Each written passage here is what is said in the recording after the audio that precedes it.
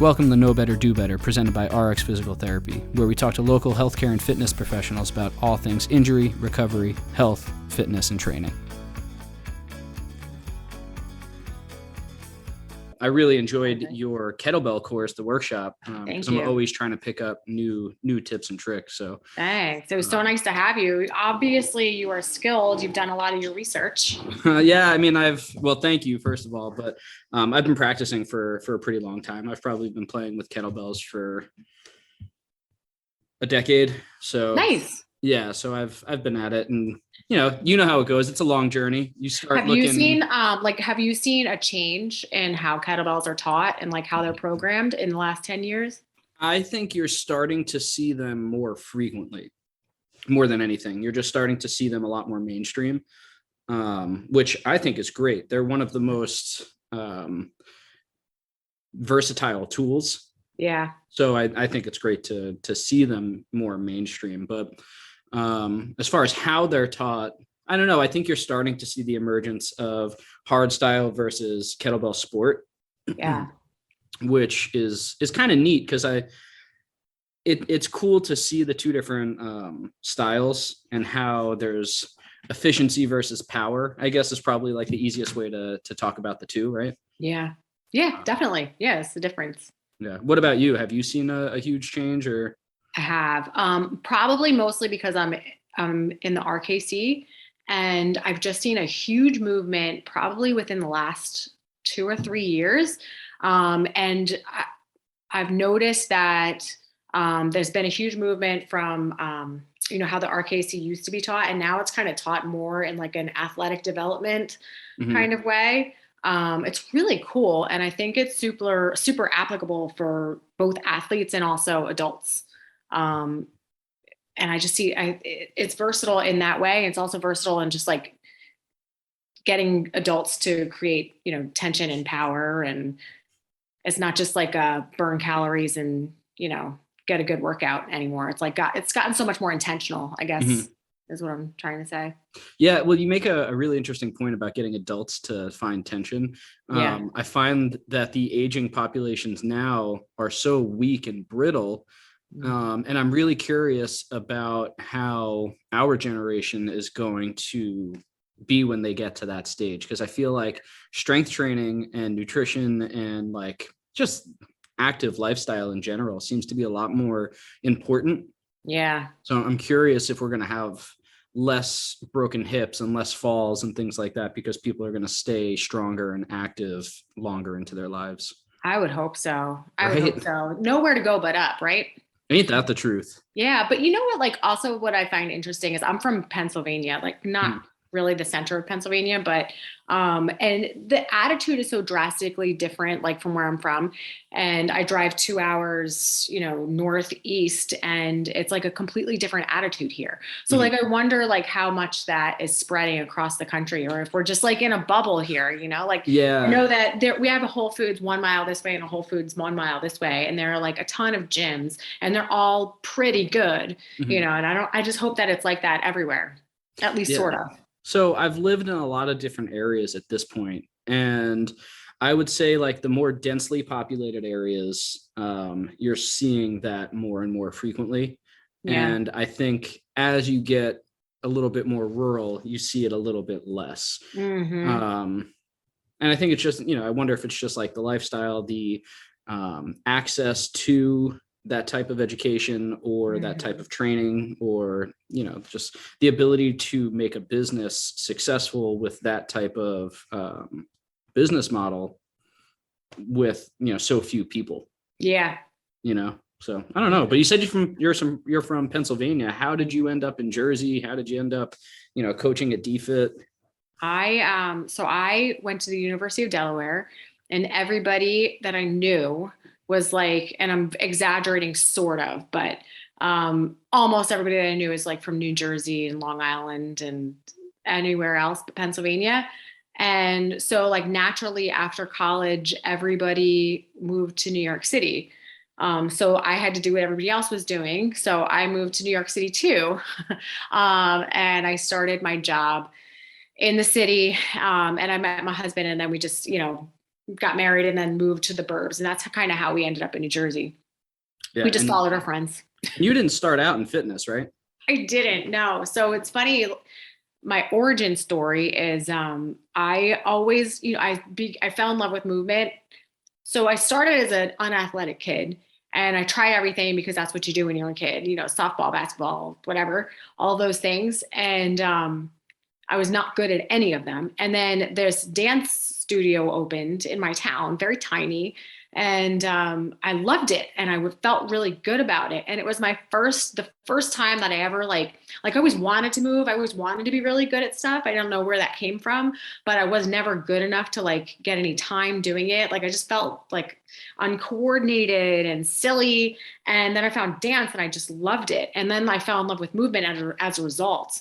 So, as I got a little older and a little bit more mature, I thought, my gosh, like this is what I want to do with my life. Like I want everybody to have that feeling, experience that feeling, because now I feel confident and, I have this other part of me that's like awake. And so I, decided at a very young age that that's what I wanted to do. I wanted to teach people to move because I figured like if everybody can find their thing, then the world would be a better place. So I went to the University of Delaware, got accepted to the University of Delaware, studying exercise physiology. With my mission was like, I'm going to be a personal trainer. I'm going to be the best personal trainer.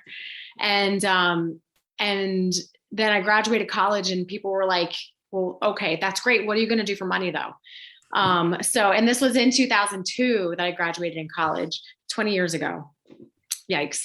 But, so I fell into pharmaceutical sales and I did that for 10 years. And then, meanwhile, always had this bug in my ear thinking that I wanted to eventually train people. And I got my master's, in applied physiology, still with that, feeling that that's eventually what I was going to do. And then I got laid off and it made the decision really easy. So Okay. yeah, so it was, we had moved to the suburbs and I was, I had gotten certified. And I applied at DFIT because I didn't really want to do the whole, walk the floor at New York Sports Club thing. So I found this, this great boutique studio and they hired me and that's it. Yeah. Yeah. Well, that place is great. It's beautiful. And I feel like your blend of skills in like a group fitness setting makes for like a really unique kind of class. So, you're clearly very proficient with kettlebells. You have a very good understanding of movement. Like when I was going through the workshop with you, I really, really enjoyed your warm up and how you kind of tied everything together. Yeah. Thank you. Yeah. Well, I mean, you deserve the compliment. I mean, it was awesome. I felt great. But you said you were really passionate about movement and like helping people. Could you like break down your passion? Like, what is it about movement that you really love? Or, is there like a certain type of movement or a certain type of skill or? Yeah. So like it's interesting because it changed. So I think everybody gets into this thinking like, I'm going to help people look really good and feel really confident and lose a lot of weight. And then I learned kettlebells and I'm not like emotionally attached to kettlebells. Like I'm not like, I've gone through a couple of different certifications that have kind of shaped who I am and how I do things. And kettlebells are one of them. I use them, but I don't use them like exclusively. So I sleep around, Okay. but what I love about them is like the athletic nature. It's like taking the normal person, which we all are normal people. Like I'm a Gen Pop person. I'm not a professional athlete. I wasn't a college athlete. I, didn't run fast, jump high, throw things. Like I never did that. And most of my clients are in the same boat. Mm-hmm. So when you take this kind of style of movement and you break it down, there is something that is really, I don't know. It's really confidence boosting about getting like the float at the top of the kettlebell. It feels very athletic and badass. So that's the type of training that I've taken on. Like that's the kind of thing that I want people to experience, because it can be so much more than losing weight and burning and toning and, and that's all wonderful. Like to each his own, your goals are your own. But there's so much more to it. And that's kind of like what I hope people experience. Yeah, I kind of agree with you, right? When you get that kettlebell swing and you just like nail it, or you figure out like how to snatch without smashing your wrist, it almost feels like poetry in motion sometimes, you Exactly. know? It's Yeah. like, you know, to steal what you were talking about, it's almost like doing a dance, It's almost like doing a dance. you Yeah. know? Yeah, exactly. It's this thing that you don't get to experience much as an adult, that you get to experience when you're a child and you do something for the first time, or you're coached, and you notice like when you start to when you get better and you nail it. And we don't do that as adults. So I find that like using kettlebells, specifically being a little bit more safe, a little bit less jarring. It's really the only time you get to experience that as an adult. Yeah, well, you get to learn that new skill, Yeah. you know? So, I do a lot of CrossFit. I work with a lot of CrossFit athletes, and I kind of had that same type of feeling when I first jumped into it. Like I had never tried to do a handstand push-up or Yeah. a muscle up on the bar or on the rings, or, even learning barbell snatches and cleans. I had some experience, but like learning those new skills, it's really empowering. Yeah. You It's know, addicting too. it really is. Mhm. You feel powerful. And it, Yeah, it helps your mood. It helps your self-esteem, helps your self-confidence, totally. and with kettlebells specifically, we were talking about how versatile they are and how they just kind of like mimic life. Carrying groceries is a suitcase carry or a farmer's Exactly. carry, right? Like Yeah. a goblet squat is picking up your kid. Yeah. Kettlebell swing is like, getting a bag up onto the top of the airplane, Exactly. you know? Exactly. Yeah. A So front squat's like carrying two kids, yeah, which you're gonna do at some point. exactly. Well, if you got two of Yeah. them. Right. So you said that you work with a lot of Gen Pop, but do you find that you have a niche within that, like people that you like to work with, or people who have similar goals, or like goals that you tend to hear people talk about frequently? Yeah. Yeah. So when I started working at DFIT, I had an 18-month-old. And so I gravitated towards like the 30, 40, and beyond person who had children. Mhm. And mostly women, probably be a product of my environment, but also men too, who don't have a lot of time. So like, I don't know where to fit this in. I don't know what to do. I only have 20 minutes. I only have the hour here with you. What else can I do? So it's really like the time crunched adult parent. If I'm really going to niche down, it's going to be the parent who doesn't have a whole lot of time. Mhm. How can you be the Mostly most? moms. Yeah, right. Thank you, moms, for Yeah. everything you do. But yeah, how can you get the most done in the most efficient way possible? And you just put out a new program, right? You've been putting I out did. workouts that, Yeah. It's yeah, called Time Crunch. Yeah. It's a collection of, just like for those people that I just mentioned, like the people who I only have 10 minutes. Like I got 10 minutes. I got to get it done. I don't know what to do. And then you spend 5 minutes putting what you're going to do together. And then you only have 5 minutes. Then you skip it. Like, okay, I'll do it tomorrow. And then tomorrow isn't any better. Or the kids don't have a great night and you're exhausted and you still want to do something. It happens more often than not that we're in this situation. It's just part of being an adult. So yeah, that's how I created that workout collection. It's a collection of conditioning workouts. Yeah, it's for the person who has like 10 minutes to 30 minutes and they just got to get it done. So it makes it really easy. It's all listed out. Nice. Is that like a paid thing, or are those like It free is. videos, or how do people access that? And like, It is is. there equipment needed, or? Yeah. Yeah. Good question. It is a paid program. It is a self-guided program. So once you get it, it's yours. And there is minimal equipment. I'm finding more and more that people, mostly like probably because of the pandemic, have equipment on hand. But I try to make it really simple, and I use med balls, kettlebells, and dumbbells. And an agility ladder, but you don't really need an agility ladder. You can just move your feet really fast. Mhm. But Get yeah, get some that's it. sidewalk chalk. Yes, exactly. So I use for my kids, I use painter's tape on the floor before we had a Perfect. ladder. Mhm. So yeah, so a little bit of equipment. Nice. Yeah, and those things don't tend to take up a lot of space either.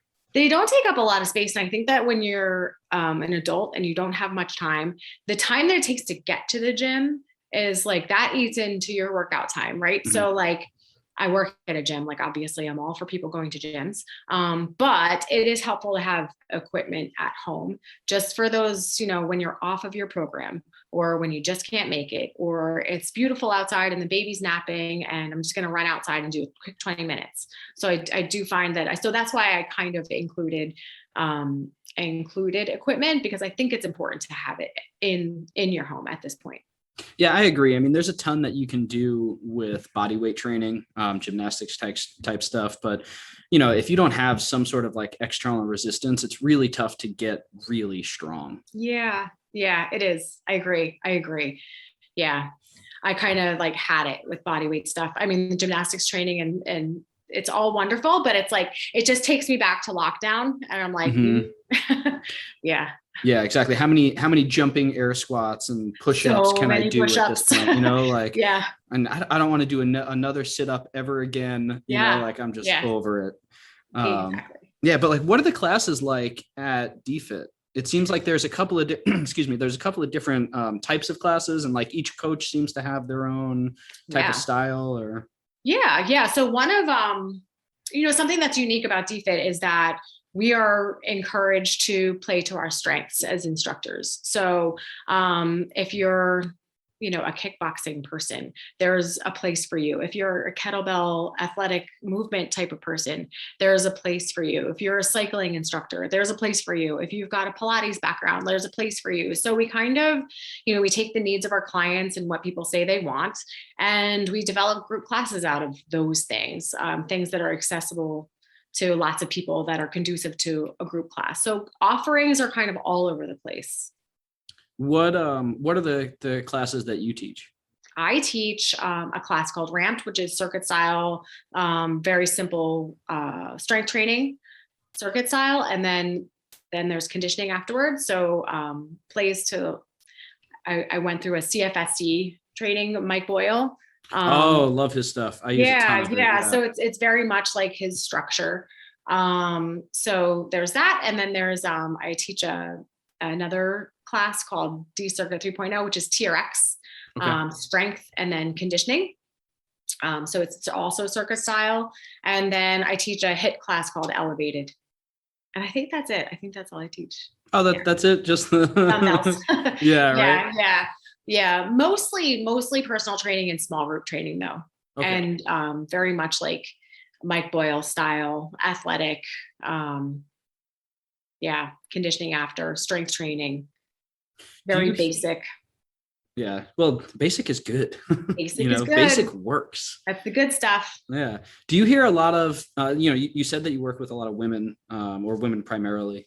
Do you find that they're a little bit more resistant to strength training, or are you starting to see a change in the perspective surrounding that? Yeah. So I did a podcast probably 5 years ago. And I remember someone asking me this question. And I remember, or someone asked me like what people's resistance was to kettlebells. And I remember saying a lot of my female clients are still worried that they're going to become like bulky. And I can say 100% 5 years later that there is a noticeable change in women's attitudes towards heavy weights. And, I'll just speak for my own community. I don't really hear that very much anymore. And it's really cool. I've had a couple of clients express that their teenage daughters are looking to get into the gym because they want muscles. And that's like, I haven't heard it very often, but I have heard it. So it's out there. So it's really, I think it's taken a turn for the better. I don't know where it came from. I can't exactly say when the tides changed, but it's definitely, it's changing for the better, in my opinion. I'm so happy to hear all of that from top to bottom. One, that the opinion or the perspective is changing, and two, that like younger females are starting to like feel the need to get into the gym and like have the desire to build muscle. The thing about like getting into the gym, lifting weights and getting bulky, the analogy that I love is like thinking that you're going to go into the gym and get bulky like a bodybuilder. Is like thinking you get your driver's license and you're going to all of a sudden become a NASCAR driver. Yeah. Like it takes so much effort and like focus and, attention to get big like that. It really does. And like for the people who really want to, they're like, God, I wish it was that easy. Right. Yeah, you just fall backwards. Oh no, I did a bicep curl and now I'm huge. Like I wish it was that easy. I know. But kind of what we were talking about before with like the aging population, I especially with women and the prevalence of osteoporosis and hip fractures and things like that, with women getting stronger and doing resistance training and how that's going to positively influence bone density. I'm really curious to see in 20, 30, 40 years how those things are affected based on the shift. I am too. Are you seeing people like the entire age range in My your oldest classes? clients are like I have one client who's past 60. I have many clients who are in their 50s and they're kicking ass. Nice. Movement competency wise, some of the things that they do and the skills that they're willing to learn and the way they attack them is really something to watch, and it makes me feel so much better about my future. It's really empowering to watch, and it's inspiring. Yeah. Have you seen like a change in their progress, or like the speed in their progress compared to some of their younger counterparts?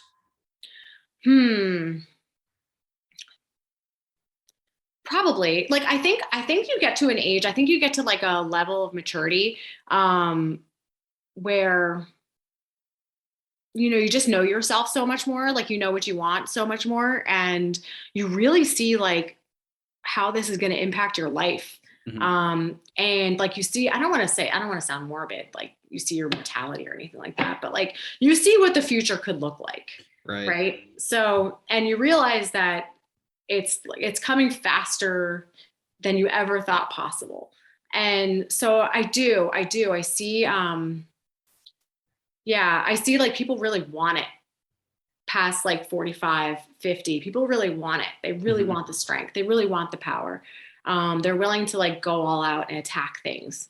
The way that, maybe the younger 25 and younger, 35 and younger crowd, they maybe don't attack it like that, because you don't really realize until you're looking at it in the face, like how fast time really flies and what it can look like versus what it could, in a positive way, or what it could look like in a negative way.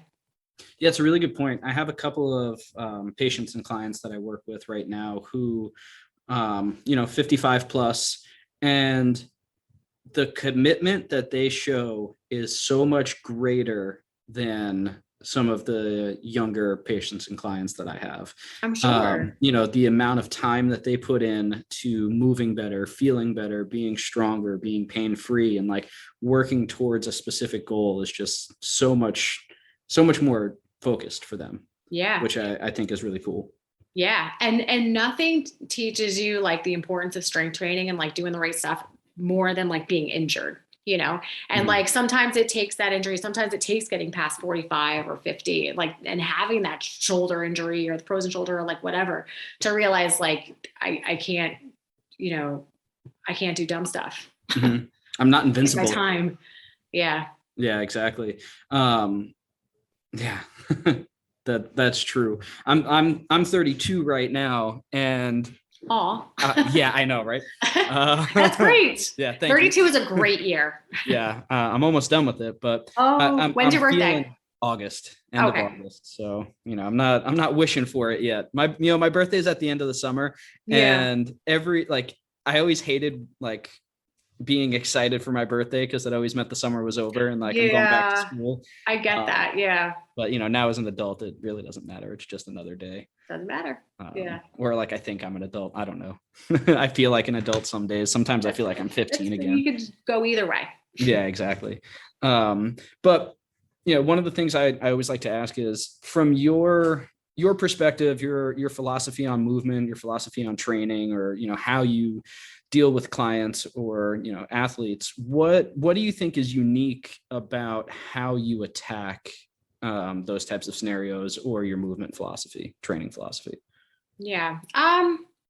Everybody I think has their own unique approach, and it's probably like comes from your experiences and your clients. And you know, I came into this role as a 30 something year old parent, you know, thinking again, like all the stuff that trainers come in thinking that they're going to do. I'm going to transform your body. I'm going to, you know, you're going to lose weight. I'm going to, you know, make you love movement. And so, you know, I got my RKC, kettlebells and athletic stuff became a thing for me. And then I got my CFSC. So that was more like how to train athletes and how to train Gen Pop like athletes. And then the pelvic floor things started to come into play. And I noticed I was having a lot of women post having children. So I did it was called a mentorship. I have done a lot of continuing ed with a woman named Codi St. Clair, who She's all over. she's amazing. Yeah, she's Yeah. brilliant. She's heavy on the postural restoration institute info, and Big also fan. pelvic floor, but not super specific to women, kind of like specific to everybody. And it's Mhm. really just training around these things to, you know, get back to where you were.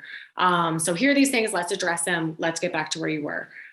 So I kind of like mixed all of those things together, like put them in a blender, and that's how I train. I try to be mindful of the life in your years, without being like a physical therapist, because that's so beyond my scope of practice. But you know, just trying to peel away the layers and find the inner athlete. I love that. I Yeah. think a pragmatic approach in training is really like the most important thing, right? If you can go somewhere, pick something up, and figure out how to integrate it into what you do or your system, and maybe even realize something that you were doing was not the best way to Happens all the do time. something, and like bring, you know, pull it out and swap it out for something better. You know, I think you're doing a great service for yourself, for your clients, for the profession. You know, so I'm really excited to hear that that's kind of like what you do. Like, I'm a big fan of the stuff over at the Postural Restoration Institute. Like, I love a lot of the stuff they pull out. I have balloons in my office, and every time I have someone blow one up, when I hand it to them, they're like, what Oh, is this? Are we having a party? You know? yeah. And Yeah. I appreciated how you integrated some of the breathing mechanics into your warm up as well.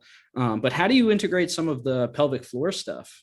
You know, just it's a lot of like pressure management. So it's a Mhm, lot of breathing, and I've noticed like it's a lot of stacking, mhm. um, and just being really mindful. It's really just breath. It's really breath, and it's pressure management and being mindful of when you're symptomatic and trying to change those things. So people have to be like pretty vocal about when things are happening, and you can work around anything. Like you really can. Yeah. You can really figure this out. People, you know, walk around suffering for years, not And they doing anything don't about it. have And to. it can, and you can, yeah, you can work through this stuff. Almost anything, really. Mhm. Yeah, Yeah. you had mentioned before, you know, you're staying within your scope, not a physical therapist, right? And the thing that I always say is, I feel like the people in fitness and healthcare, specifically movement professions, who really know what they're doing tend to live in that gray area somewhere between, right? So I always think about movement, or like training on a spectrum, right? So on one end of the spectrum, you've got grandma who has like a really tough time getting out of a chair. And on the other end of the spectrum, you have somebody like Usain Bolt who's trying to shave 0.01 second off of his time, right? But the principles are all the same, you know, Hmm. like nobody owns movement. You know, Hmm. if you're doing some sort of like thoracic mobility for anyone, like, you don't have to be a physical therapist, you don't have to be a personal trainer. Like, Right. if you're trying to help somebody move better, you're ultimately going to help them decrease pain, improve their quality of life, help them be stronger and more Yeah. functional, and be able to do, you know, do a ton more things. So Yeah. and that the people who live in that gray area, I tend to jive with really well, because we're all talking the same language. We're all trying Yeah. to like achieve the same goal and help Yeah, people. it's when you realize like when you have have the maturity to realize that like there are more similarities than there are differences, and like let's stop picking on the way this person does a clean and the way this, like that's when I think you become more successful and you help more people. 100%. Being open-minded and like taking yourself out of your, whatever corner you painted yourself into, is really, really helpful, and you'll end up helping more people, which is what everybody wants. Absolutely. And I totally stole a drill from you from the kettlebell workshop, by the way. I stole it from somebody else. So, yeah. I always tell people I'm an absolute thief. I steal from everybody because I want to provide people with the best possible outcomes, right? That the half kneeling press where you rotate it and pulled across your knee, money feels so good. Feels so good. I know. Good. I've been using that with like anyone who comes in with shoulder issues recently, so and I'll ask them how they feel. Oh, it's incredible. I feel great. Like you didn't know your body could move like that under load, and then all of a sudden you're like, wow, I feel like Superman. I know, and it's a press. Like you get strong that way too. Like it's great. Yeah, exactly. Not to nerd out, but like getting somebody to like have a rotated rib cage and thoracic spine, and then teaching the shoulder blade how to rotate around that. Finding poetry in motion, right? Finding really good ways to do that it's beautiful. It's beautiful, and it's so tough. And then to like make it easy like that for somebody, then they know exactly what they're supposed to feel. I couldn't not steal it. Yeah, great. I'm so glad you did. Yeah. I'm so glad you found it helpful. Yeah. So what is something that you wish people knew about the profession or from the profession? So I'll separate this into two things. Number one, we are just teachers. It's amazing. Like a couple of people have said that to me, like, oh, you're like a teacher. And I never thought about it like that, like breaking down movement into its most basic parts and teaching it to people. I thought I was just helping people get like strong and whatever, but like, it's really like, it's teaching.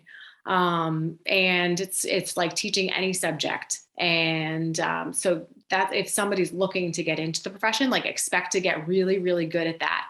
I think that a lot of people like get into this profession because they're good at movement, and it's almost like to their detriment. Like some of the best trainers are the ones who have the most difficult time getting into positions because they have to learn, and then they can transfer what they learn, and they become the best teachers. Some of the worst are like I'm consider myself like I'm short, I'm symmetrical, like I have an easy time getting into position. So I've had to work really, really hard on teaching, like being able to teach the skill, not just because I can do almost anything, just being short and, having done this for however long. But it's really, it's a teaching job. It's not like we're not moving around all the time. We're not exercising. I don't work out with my clients. That's lame. Mm-hmm. We're teachers.